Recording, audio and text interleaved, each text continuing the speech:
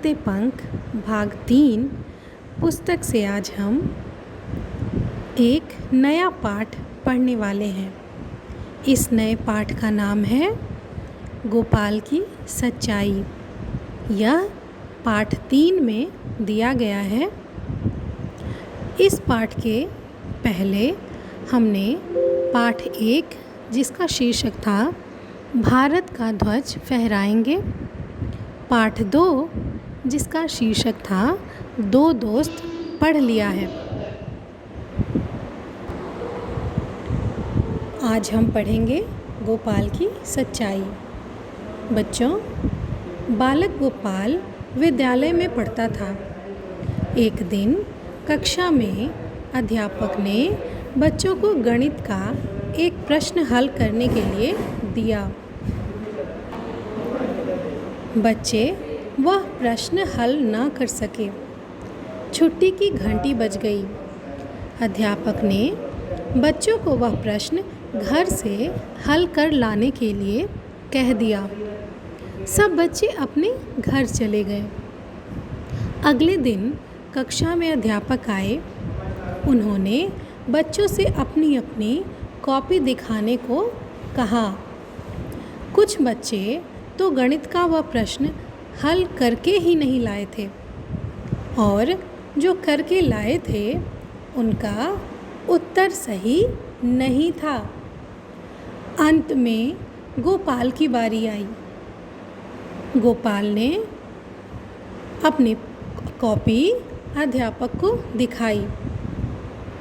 अध्यापक ने गोपाल की कॉपी लेकर उत्तर जांचा तो वह बिल्कुल ठीक था। अध्यापक बहुत प्रसन्न हुए। उन्होंने उसकी पीठ थपथपाई और उसकी बहुत प्रशंसा की। अपनी प्रशंसा सुनकर गोपाल ज़रा भी खुश नहीं हुआ, बल्कि उसके चेहरे पर उदासी छा गई। वह सिर नीचा किए खड़ा रहा। ज्यों-ज्यों अध्यापक उसकी प्रशंसा करते जाते, त्यों-त्यों उसकी उदासी बढ़ती जाती। अंत में बालक गोपाल फूट-फूट कर रो पड़ा। अध्यापक को बड़ा आश्चर्य हुआ। उन्होंने गोपाल के कंधे पर हाथ रखते हुए कहा, बेटा, तुमने तो प्रश्न को सही हल किया है। तुम क्यों रो रहे हो? गोपाल ने रोते हुए कहा, गुरुजी, मैं प्रशंसा के लायक नहीं हूँ। यह प्रश्न मैंने स्वयं हल नहीं किया है। इसे मैंने अपने एक मित्र से हल करवाया था। अपनी प्रशंसा सुनकर मुझे बड़ा दुख हो रहा है। गोपाल की बात सुनकर अध्यापक का हृदय भर आया। वे गोपाल की सच्चाई से बहुत प्रभावित हुए। उसकी प्रशंसा करते हुए बोले, बेटा, तुम एक सच्चे बालक हो। तुम अवश्य अपने देश का नाम ऊंचा करोगे। अध्यापक की कही हुई बात सच निकली। यही बालक आगे चलकर गोपाल कृष्ण गोखले के नाम से भारत का महान नेता बना। गोपाल कृष्ण गोखले ने अपना पूरा जीवन देश की उन्नति के लिए अर्पित कर दिया। महात्मा गांधी उन्हें अपना गुरु मानते थे और उनका बहुत आदर करते थे।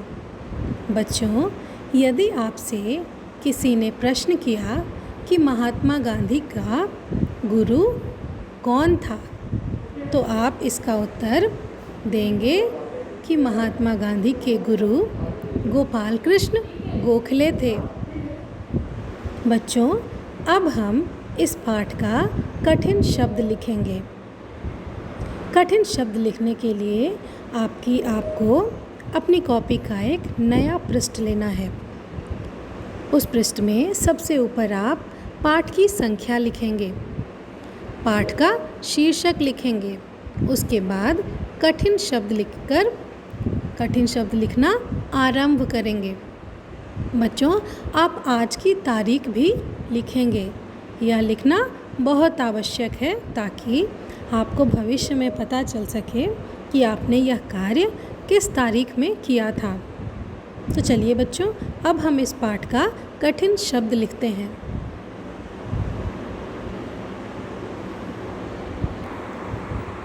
बच्चों, पहला शब्द है विद्यालय, दूसरा अध्यापक, तीसरा गणित, चौथा गोपाल, पांचवा जांचा, छठा प्रसन्न, सातवां पीठ थपथपाना, आठवां प्रशंसा, नौवां उदासी, 10वां लायक, 11वां दुख, 12वां आश्चर्य, 13वां सच्चाई, 14वां उन्नति एवं 15वां अर्पित। बच्चों, आपको कुल 15 कठिन शब्द दिए गए हैं। बच्चों, कठिन शब्द लिखने के बाद अब हम शब्द एवं उनके अर्थ लिखेंगे। शब्द अर्थ लिखने के लिए भी आपको अपनी कॉपी का एक नया पृष्ठ लेना है।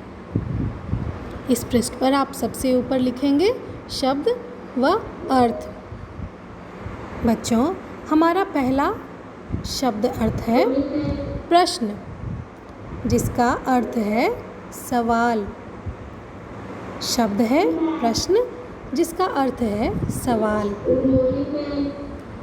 दूसरा शब्द है पीठ थपथपाना, जिसका अर्थ है शाबाशी देना। तीसरा शब्द है अंत, जिसका अर्थ है आखिर। चौथा शब्द है फूट फूट कर रोना, जिसका अर्थ है ज़ोर ज़ोर से रोना। पांचवा शब्द है आश्चर्य, जिसका अर्थ है हैरानी। छठा शब्द है हृदय भर आना, जिसका अर्थ है भावुक हो जाना। सातवां शब्द है प्रभावित होना, जिसका अर्थ है असर पड़ना। आठवां शब्द है अवश्य। अवश्य का अर्थ है ज़रूर। नौवां शब्द है उन्नति। उन्नति का अर्थ है विकास या प्रगति। आप विकास के बाद कॉमा लगाकर प्रगति लिखेंगे। 10वां शब्द है अर्पित। अर्पित का अर्थ है दे देना। बच्चों, इस प्रकार आज हमने इस पाठ की कहानी पढ़ी, कठिन शब्द लिखे और शब्द अर्थ लिख लिए हैं। अगली कक्षा में हम प्रश्न उत्तर व वाक्य निर्माण का कार्य करेंगे। आज की कक्षा में बस इतना ही। धन्यवाद बच्चों।